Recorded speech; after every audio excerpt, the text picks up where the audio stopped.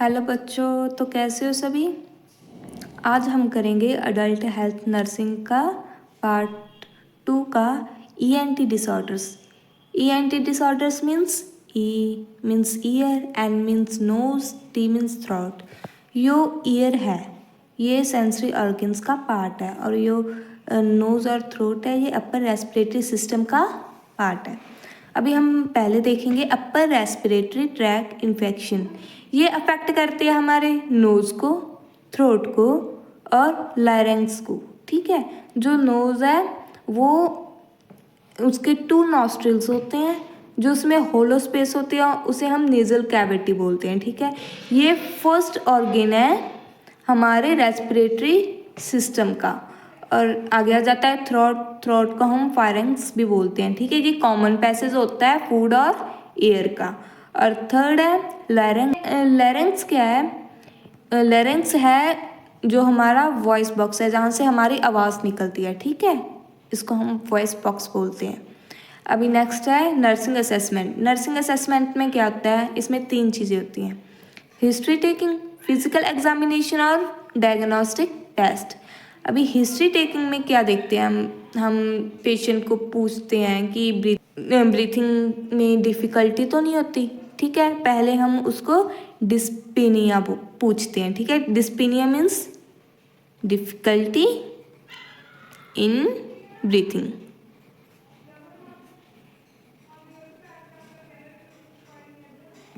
ठीक है, और नेक्स्ट है चेस्ट पेन पूछेंगे हम कि आपको चेस्ट पेन तो नहीं होता, अगर होता है कहाँ होता है, कितना होता है, मतलब कि ज़्यादा हो रहा है या थोड़ा थोड़ा हो रहा है। ठीक है, ऐसे पूछेंगे। थर्ड पूछेंगे हम कि कफ हो रही है। ठीक है, कफ प्रोडक्टिव है या नॉन प्रोडक्टिव है। अगर प्रोडक्टिव होगी मतलब स्पूटम के साथ, बलगम के साथ होगी, तो वो इन्फेक्शन की वजह से होगी। ठीक है, अगर नॉन प्रोडक्टिव है तो वो इन्फेक्शन की वजह से नहीं होगी।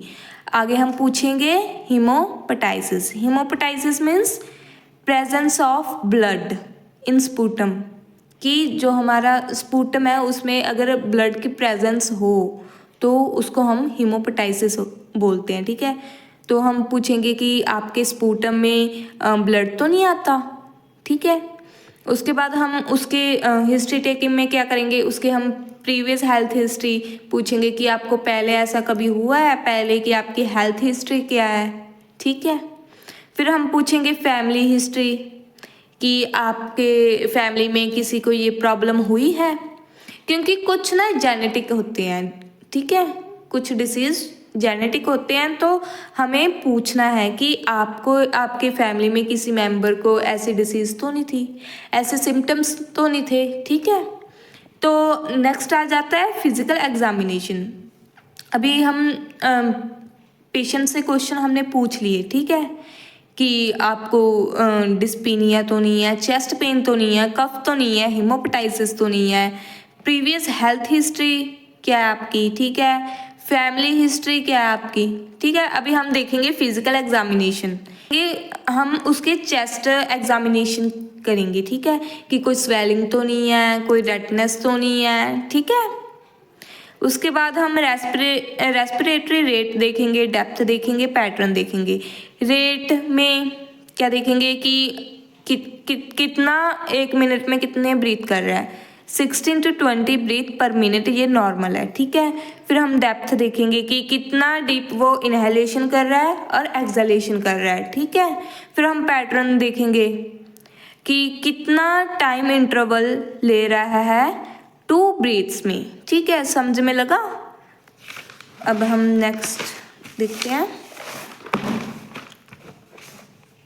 ऑस्कल्टेशन। ऑस्कल्टेशन क्या होता है कि स्टेथोस्कोप के यूज से हम साउंड सुनते हैं कि ब्रीथ की साउंड कैसी है। ठीक है, अभी हम ये तो हमने देख लिया कि हम क्या करेंगे फिजिकल एग्जामिनेशन में।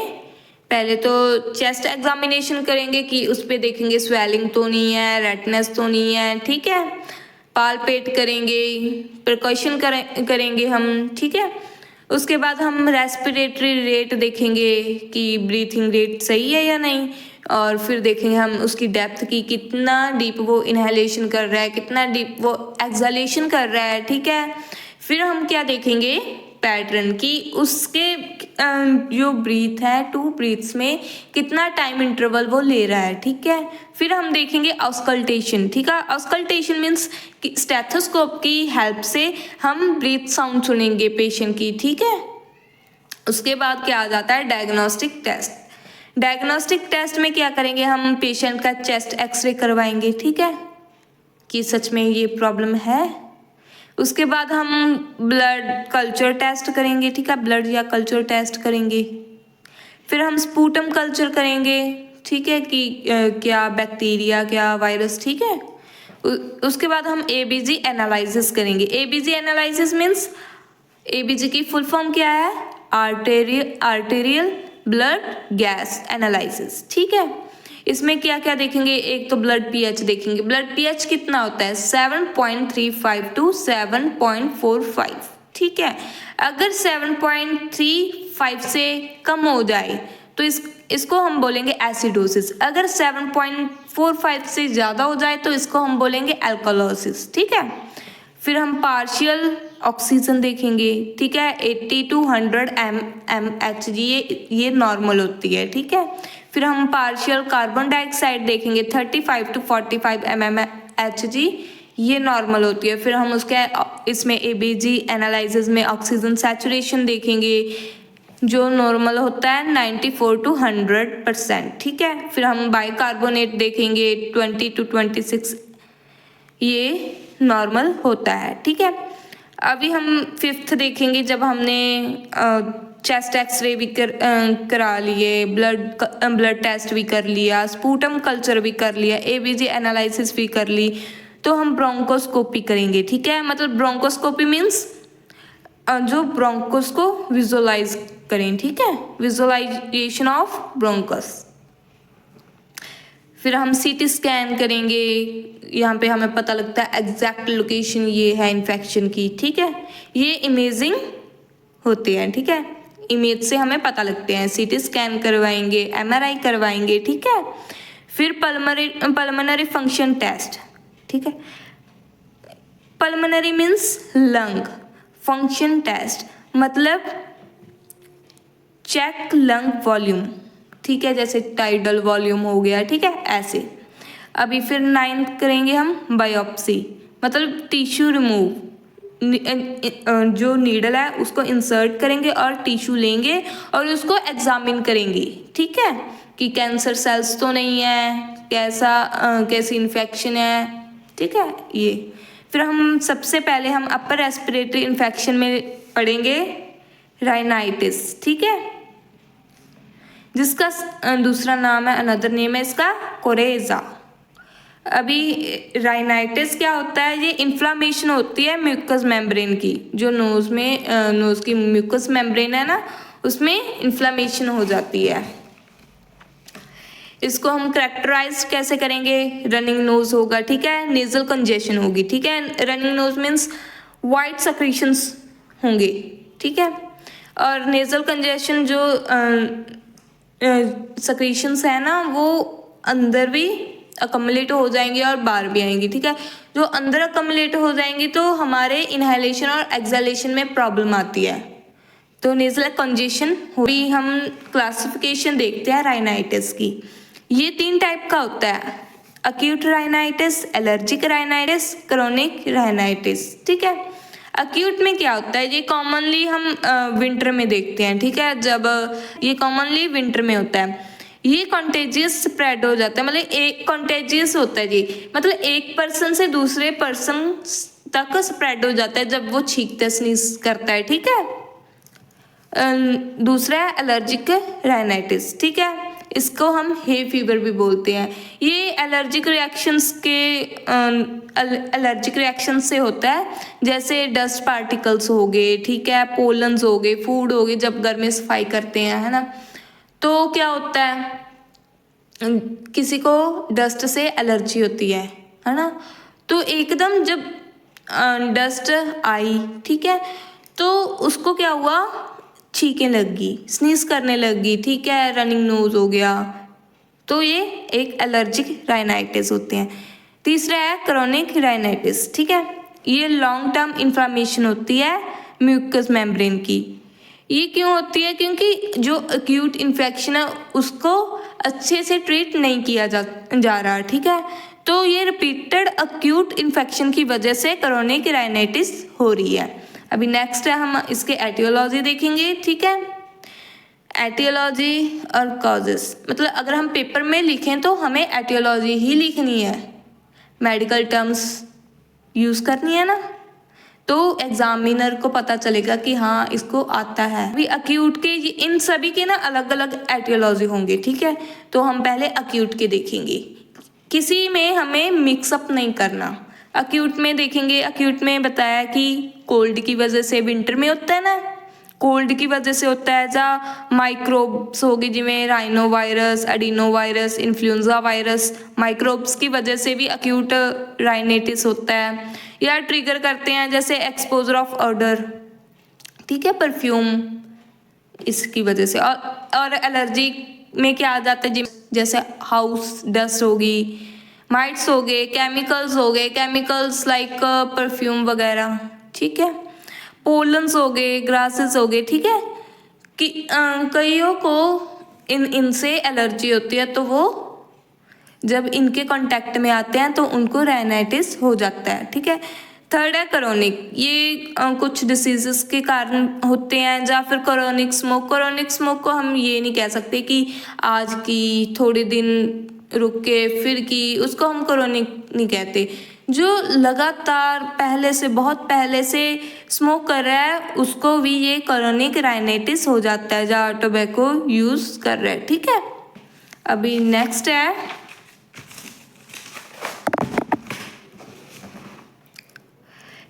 रिस्क फैक्टर्स क्या हैं, ठीक है। अगर रिस्क फैक्टर्स जैसे कि हमारे हमारे घर में वायरस है, हमें पता है अगर वायरस है तो हमें ऑब्वियसली कि हमें होगा, ठीक है, राइनाइटिस, चांसेस हैं। किसी का इम्यून सिस्टम वीक होता है, हर एक का एक जैसा इम्यून सिस्टम नहीं होता, किसी का कैसा होता है, किसी का कैसा होता है। अगर जिसका इम्यून सिस्टम वीक होता है उसको भी चांसेस होते हैं राइनाइटिस के, ठीक है। फिर जो स्मोकिंग और अल्कोहल का यूज़ करते हैं उनको भी राइनाइटिस के चांसेस होते हैं। इन्वायरमेंटल फैक्टर भी एक क्या है, रिस्क फैक्टर है राइनाइटिस का। एलर्जी होगी, हाइजीन नॉट मेंटेन, जब हाइजीन नहीं मेंटेन करते तो भी राइनाइटिस हो जाता है। अब इसकी हम पैथोफिजियोलॉजी देखते हैं। पैथोफिजियोलॉजी में हम पहले क्या देखेंगे, ड्यू टू एटियोलॉजिकल फैक्टर, ठीक है। क्यों हुआ ये एटियोलॉजिकल फैक्टर, जैसे एलर्जी होगी, ठीक है, एलर्जी हुई तो जो एलर्जी बाइंड करेगी IgE एंटीबॉडी के साथ, ठीक है। IgE एंटीबॉडी क्या रिलीज करेगा, हिस्टामाइन, जो केमिकल मेडिएटर है, ठीक है। फिर वो लीड करेगा इन्फ्लामेशन, म्यूकस मेम्ब्रेन में इन्फ्लामेशन कर देगा, और यो कॉज कर देगा म्यूकस ग्लैंड स्टिमुलेशन, मतलब म्यूकस सक्रीट हो जाएगा, ठीक है। ग्लैंड क्या करता है, सक्रीट करता है, जूसेस हो गए या कुछ या सक्रीशंस, ठीक है।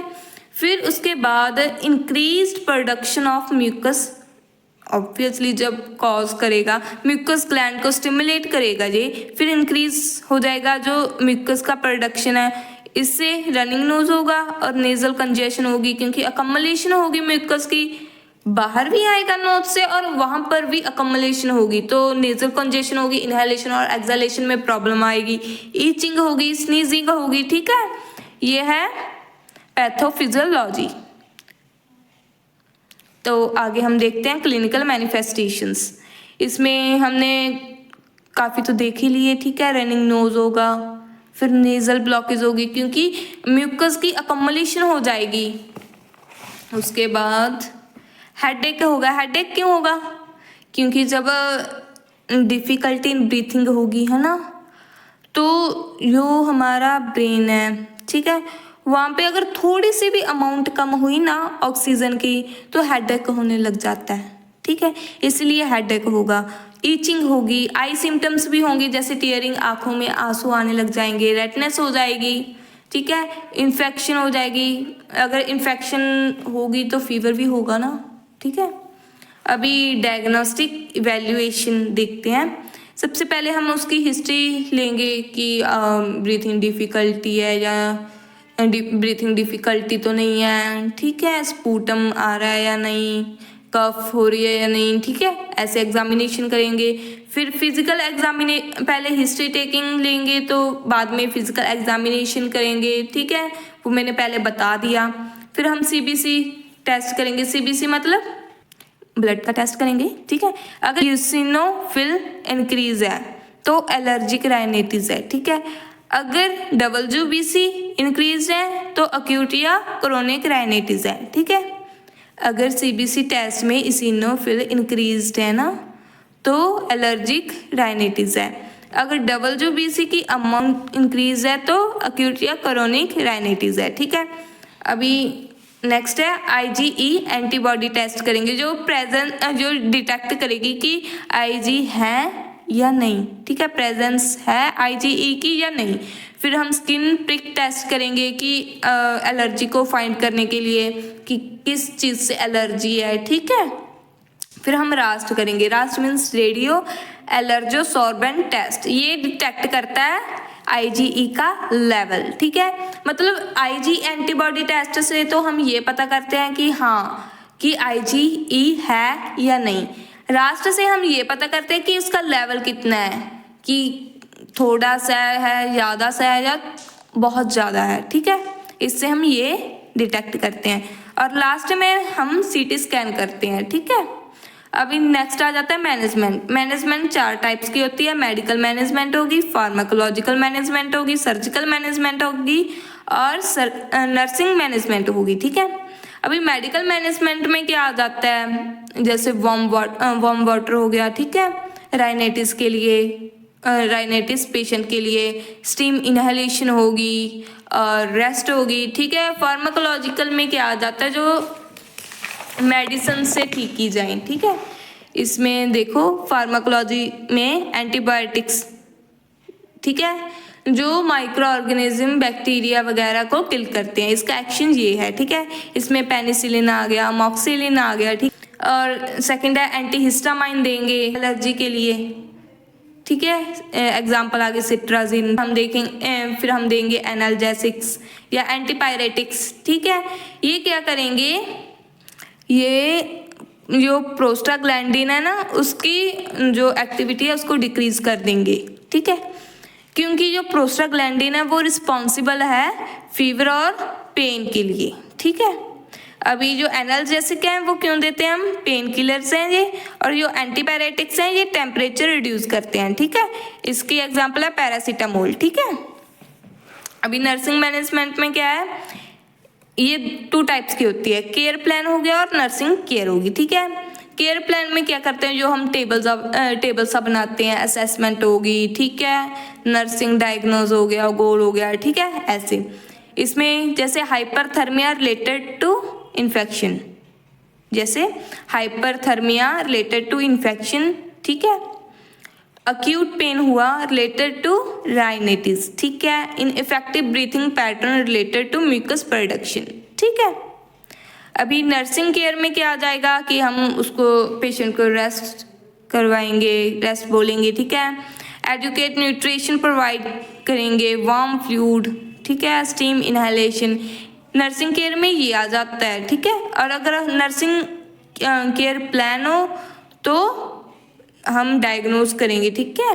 जैसे हाइपरथर्मिया क्यों हुआ, रिलेटेड टू इन्फेक्शन, इन्फेक्शन की वजह से हाइपरथर्मिया, ठीक है, हुआ। Acute pain related to rhinitis, rhinitis की वजह से अक्यूट पेन हो रहा है, ठीक है। इनइफेक्टिव ब्रीथिंग पैटर्न मैंने पहले ही बताया था, म्यूकस की प्रोडक्शन हो जाएगी, है ना, तो इनहेलेशन और एक्सहेलेशन में प्रॉब्लम आएगी। तो यही है, इनइफेक्टिव ब्रीथिंग पैटर्न हो जाएगा रिलेटेड टू म्यूकस प्रोडक्शन। तो आज हमने राइनाइटिस पढ़ लिया है, ठीक है। तो अगर आपको ये क्लास अच्छी लगी तो लाइक और सब्सक्राइब ज़रूर करना, ठीक है। तो अभी के लिए बाय बाय बच्चों।